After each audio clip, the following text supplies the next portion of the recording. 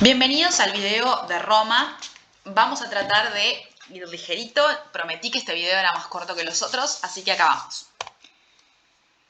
Dentro de las civilizaciones mediterráneas, nosotros ya vimos Grecia y ahora vamos a empezar a ver Roma y vamos a dividir este tema en dos partes. La primera parte de Roma tiene que ver con la primera parte de su historia. Nos vamos a detener especialmente en la etapa de la República.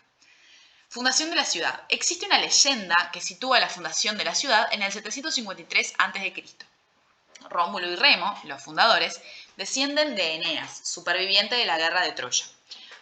La realidad es que este mito que cuenta, esta leyenda que cuenta la fundación de Roma, es una historia que llega a nosotros a través del poeta Virgilio, que escribe una obra que se llama Eneida, donde cuenta las aventuras que sufrió Eneas luego de huir de Troya, de escapar de la guerra.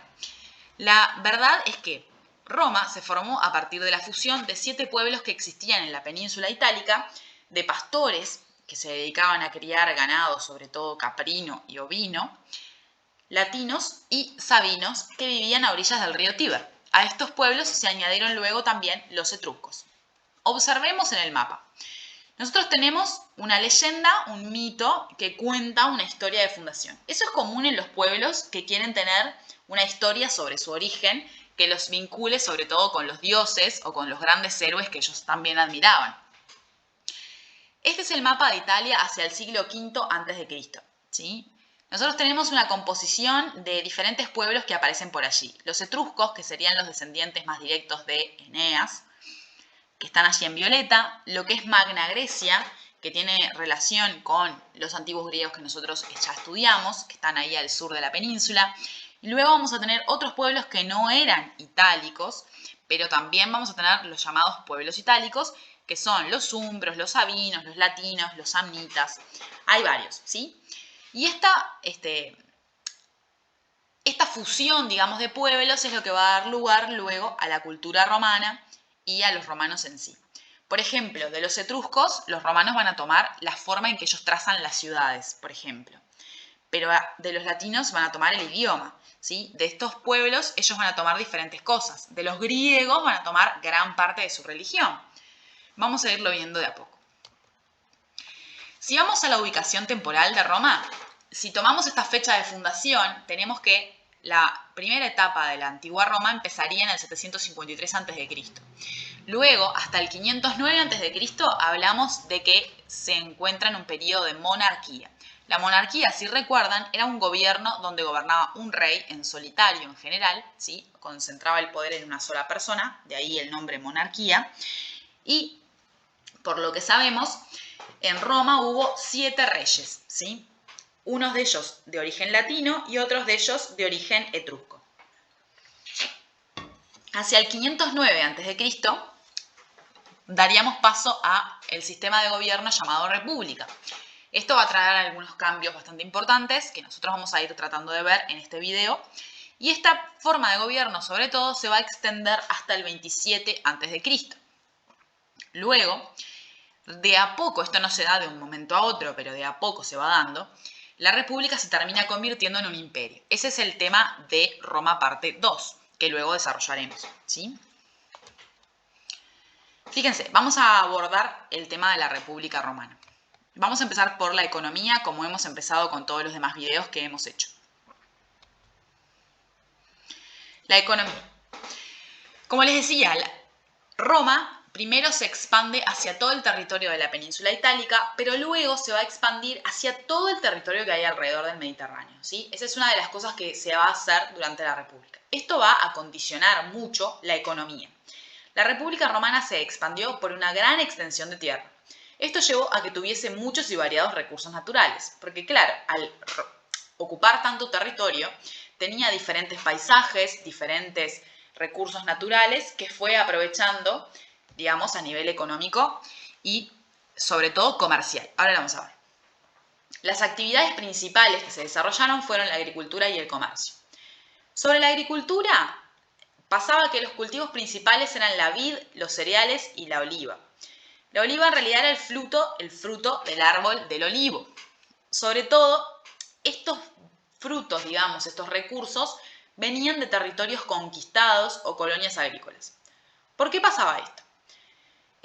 Esto pasaba en general porque las tierras de la península itálica, donde originalmente estaba ubicada Roma, no eran demasiado productivas, no eran demasiado fértiles. Eran mejores para ganado, caprino, por ejemplo, pero no eran muy buenas para el cultivo. Esas tierras no tan buenas son las que se van a quedar los pequeños productores. Y algunos grandes productores tenían la ventaja de poder tener mucha extensión de tierra, entonces a pesar de que esas tierras no fuesen del todo productivas, igual lograban tener algún producto, ¿sí? Esas grandes extensiones de tierra van a llamarse latifundios. Si ven, lo dice el texto, ¿sí? Los sectores sociales más importantes, los patricios en este caso, tenían grandes latifundios en torno a sus villas. Las tierras del territorio romano no eran productivas, los pequeños productores no podían competir con los grandes. No solamente con los grandes que estaban en su territorio, como los patricios, sino con las otras regiones conquistadas que enviaban productos a través del comercio. ¿Sí? ¿Por qué? Y porque sus climas eran mucho mejores y cultivaban mucho más producto, y al ingresar ese producto al mercado, el pequeño productor ya no tenía cómo vender. Esta es la clave del comercio, ¿sí? Roma usaba una moneda única en todos los territorios que conquistó, entonces los intercambios eran muy sencillos, ¿sí? Había como libre comercio en todo el territorio. Así Roma compraba productos en las colonias, sobre todo productos agrícolas, y los llevaba hacia la ciudad para vender en los mercados. Comerciaba por dos vías. Estos productos podían entrar desde dos lugares, por tierra o por mar. Por mar, cruzando el mar Mediterráneo, pero por tierra, los romanos se caracterizaron por construir caminos que muchos de ellos se mantienen aún hoy como transitables, digamos. Ahora, al final, cuando veamos arte, vamos a ver cómo se construían estos caminos. Fíjense, este mapa les muestra hasta dónde llegó la máxima expansión de la República, y esto no lo vamos a abordar demasiado ahora porque justamente es uno de los elementos que vuelven a la República un imperio, ¿sí? Por la ocupación por la fuerza de todas estas regiones. Y podemos ver ahora, anticipándonos a esto, que había muchos productos en todo este territorio, ¿sí? Fíjense que en las referencias de este mapa tenemos en un poco más oscuro el color del territorio que ocupan los romanos, y tenemos las rutas comerciales que había por mar, ¿sí? Y ahí habría que agregar las rutas que hay por tierra. Y fíjense, por favor, la variedad de productos que hay y los pocos productos que figuran dentro de la península itálica, ¿sí? Obviamente que la mayoría de los productos que se comerciaban dentro de los mercados romanos eran traídos por el comercio, importados, ¿sí? Comprados fuera y traídos hacia la ciudad de Roma. Fíjense la variedad. Dijimos metales, dijimos productos de origen animal, productos de origen vegetal, algunas cosas manufacturadas, como por ejemplo la seda, como por ejemplo los tejidos, como por ejemplo la cerámica. Incluso hay un importante comercio de esclavos, ¿sí? Bien, una imagen de la vid. La vid es nada más ni nada menos que la uva, ¿sí? Con este producto una de las cosas que más se hacía era vino. Fíjense que la oliva es la aceituna, la fruta del árbol del olivo, y con la aceituna no solo se vendía la aceituna en sí, sino que además se vendía o se producía el aceite de oliva, ¿sí? Que era un producto muy importante para ellos. Tenía diferentes usos, cosméticos, culinarios, o sea, para cocinar, varios usos diferentes. Sobre la sociedad y la vivienda. La sociedad estaba integrada por los patricios, como ya los nombraba, que son los dueños de las grandes tierras, propietarios de ganado además. Es el grupo social que tiene participación política y privilegios. Estos privilegios le vienen a los patricios por familia, es decir, ellos nacen en familias patricias, tienen el apellido del pater, o sea, del padre, que va pasando de padres a hijos, ¿sí? Esa es una costumbre que nosotros también tomamos de los romanos. Y estos patricios lograban tratar de llevar a sus antepasados lo más antiguamente que pudiesen para ver si tenían alguna relación con los fundadores de la ciudad. Muchos de ellos se agrandaban y se llenaban la boca diciendo que su familia venía del mismísimo Rómulo o del mismísimo Remo, ¿sí?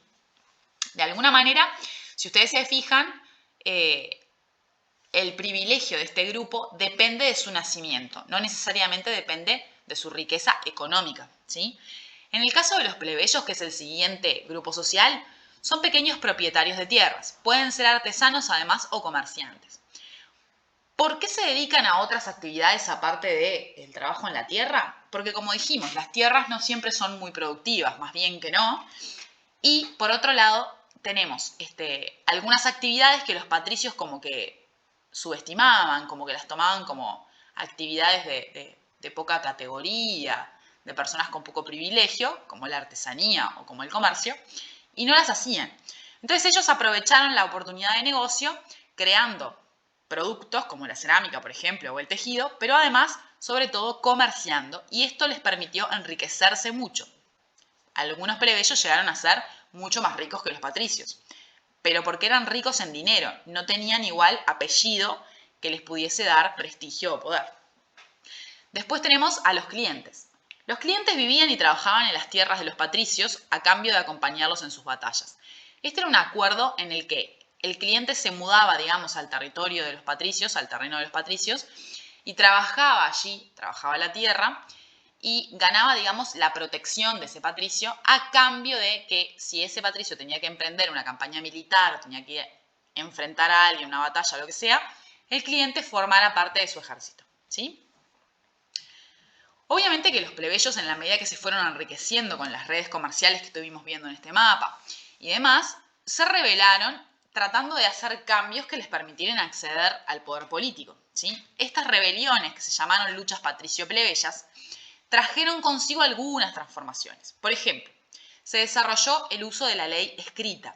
Después ganaron los plebeyos también el acceso a ser magistrados del gobierno, que ahora vamos a ver qué significa. Y además ganaron la creación del tribuno de la plebe y la posibilidad de matrimonios con patricios. Vamos a ver qué es esto del tribuno de la plebe. La posibilidad de matrimonios con patricios tenía que ver con el ascenso social. Si los patricios solamente se casaban entre ellos, los apellidos de poder, digamos, que habían en Roma, se mantenían solamente entre las mismas familias. Al casarse plebeyos y patricios, esos apellidos se iban esparciendo, digamos, y iban generando más familias con acceso a los derechos políticos. Observemos aquí. Los ciudadanos, es decir, los que podían participar del gobierno de la ciudad, eran los patricios. Podían ser magistrados, o sea, participar de alguna de las funciones de gobierno, y además tenían acceso a otras instituciones como el Senado, que ahora vamos a ver. Los plebeyos no podían ser magistrados. ¿Cuál era su conflicto? Querían tener los mismos derechos, ¿sí? Entonces, hacia el siglo V a.C.,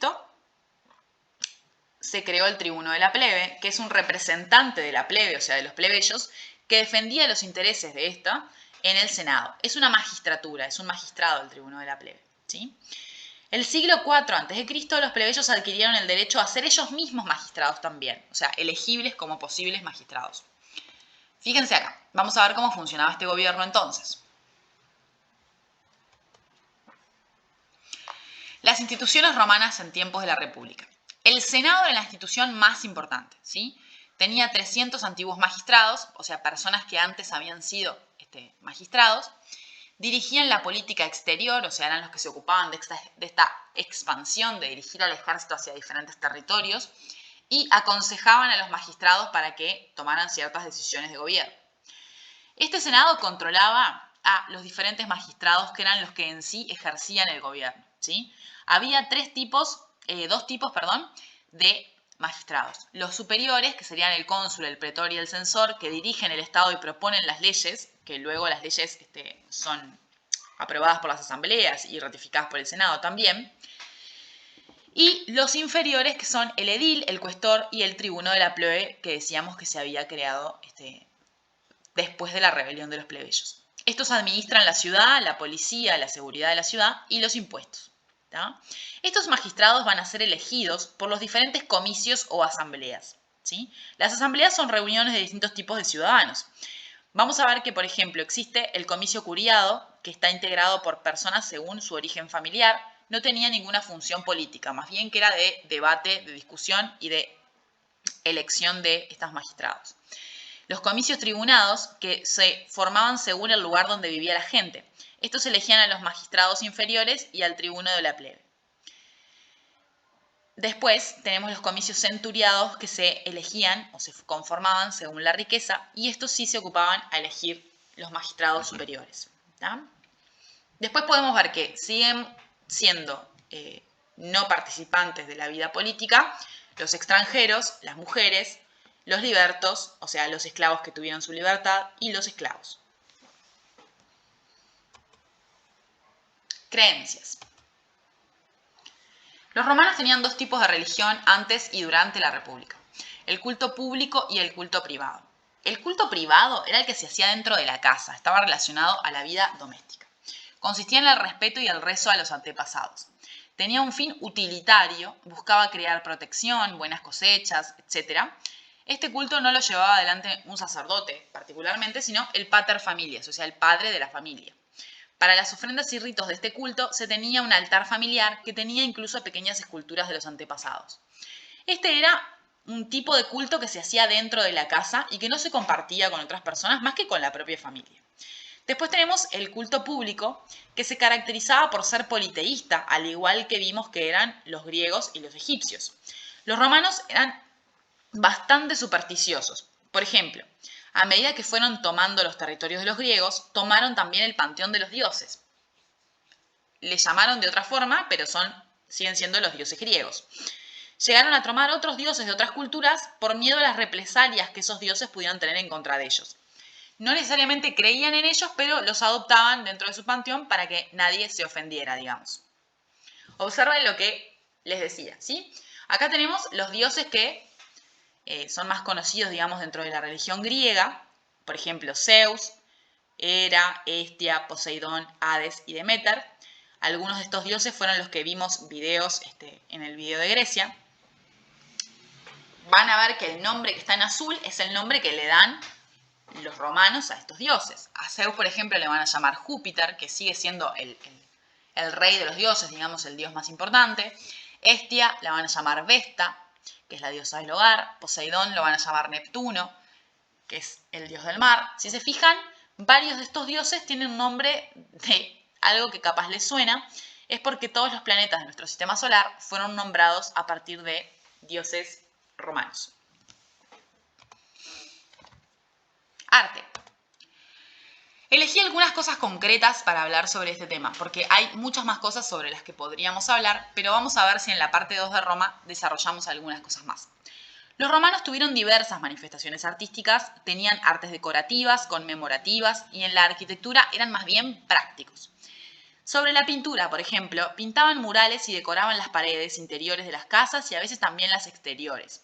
Pero también pintaban sobre tablas, creando lo que nosotros conocemos como cuadros. Estas composiciones, similares a pinturas que podían haber también como decoración de paredes y demás, y a veces en los suelos, en el piso, se hacían con mosaicos. Ahora vamos a ver una imagen. Estas manifestaciones eran decorativas especialmente, ¿sí? Sobre todo para casas de patricios, o sea, de gente adinerada, digamos, e importante, las villas o los palacios. Sobre la escultura. Hay varios tipos. El retrato es una de las cosas más características de los romanos. Se hace con fines decorativos o conmemorativos, como para recordar a una persona especial, o dentro de la familia, o a nivel político. Es muy realista, o sea, marca las arrugas de la cara, etc. Ahora vamos a ver una imagen y lo vamos a ver. Las esculturas religiosas que representan a los dioses también, y las políticas que representan a senadores y a generales victoriosos, estas son de tipo conmemorativo. Pero también había de tipo histórico, por ejemplo. También otra forma, aparte de las esculturas de bulto en sí, de que forman, digamos, figuras, son los relieves que estaban en las paredes que muchas veces contaban historias de batallas y demás. Sobre la arquitectura, ellos construyen para la ciudad.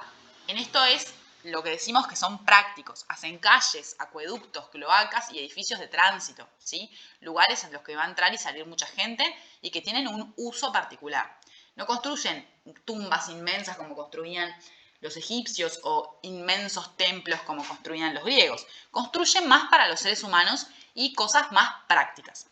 Usan materiales prácticos y fuertes, crean el hormigón y utilizan ladrillos. Sus formas también son novedosas, usan arcos curvos y con esos arcos los combinan para formar bóvedas. Techos, digamos, abovedados. Veamos acá. Esta es una pintura, por ejemplo. Las pinturas podían tener temáticas de la vida cotidiana, familiares, religiosas. Ellos pintaban sobre las paredes y, como decíamos, sobre tablas, había cuadros. Se conservan algunas pinturas que pueden verse, pero la pintura es algo que se deteriora con facilidad. Este es un mosaico. Si se fijan, se puede ver que está hecho con pequeñas piezas, ¿sí? Que son lo que da el color y lo que se usa para generar los dibujos. Era muy común que hubiese mosaicos en paredes de algunos edificios, sobre todo edificios religiosos o palacios, y en los pisos. Esta debe ser la construcción romana más famosa, es el Coliseo, o lo que queda del Coliseo, digamos. Es lo que se llamó en su momento el Circo Máximo, ¿sí? Ahí podemos ver uno de los rasgos de la construcción romana, que es el arco, ¿sí? Vieron que hay una secuencia de arcos curvos que son los que le dan la estructura al edificio, ¿sí? Hablábamos de las calles, de los caminos que hacían, sobre todo por el tema comercial, ¿no? Para poder circular por todo ese territorio que ellos ocupaban. La calle estaba hecha con una primera parte de piedra y arena, ¿sí? Luego tenía piedras grandes y luego hormigón por encima, ¿sí? Estas calles perduraron, digamos, hasta hoy muchas de ellas. Bueno, sobre los ejercicios que tenemos que hacer en este video. Van a ver que son varios, pero son cortitos. 1. Realiza una lista de productos que los romanos obtenían del territorio que antes ocupaban egipcios y griegos. Para hacerlo, observa el mapa y fíjate dónde estaban los griegos, dónde estaban los egipcios y qué productos salen de allí. 2. Realiza una pirámide social donde ordenes los grupos sociales romanos, ¿sí? Patricios, plebeyos, clientes. 3. ¿En qué te parece que beneficiaría a los plebeyos tener las leyes por escrito? Pensemos, ¿qué utilidad puede tener que las leyes estén escritas en un lugar? ¿Y de qué manera puede beneficiar esto a los plebeyos? Que, como dijimos, se encontraban en una posición de no privilegios. 4. ¿Cómo piensas que sería una ventaja para los plebeyos poder casarse con un patricio? O sea, ¿de qué manera cambiaría su vida casarse con alguien de mayor categoría? 5. ¿Quiénes elaboran las leyes en la República? ¿Qué diferencias encuentras entre esta forma de gobierno y la egipcia? Pensemos en el detalle. ¿Cuántas instituciones hay en la República? ¿Qué funciones tienen? Para esto puedes buscar más información sobre cómo funcionaba la República Romana y compáralo con la egipcia. Explícale a alguien, como si tuvieses que explicarle el tema, de qué manera se diferencian estas dos formas de gobierno. 6. Explica qué quiere decir politeístas. Para esto puedes basarte en lo que vimos sobre religión romana, pero también piensa en lo que ya sabemos sobre religión griega y egipcia. 7. Realiza una lista de palabras clave sobre este tema. Acompaña esta lista con las definiciones o explicaciones de estos conceptos. Recuerda que cada vez que hemos cerrado un tema, hemos utilizado palabras clave o conceptos clave. Lo hemos hecho en clase y en general soy yo la que elige las palabras. Piensa que siempre son palabras que son nuevas para nosotros, que son importantes. La idea es que esta vez, en esta ocasión, las elijas tú. Haz una lista y pon las definiciones y este es parte del ejercicio, digamos, de analizar este tema. Bueno, espero que salga este trabajo rápidamente y vamos arriba. Nos vemos pronto.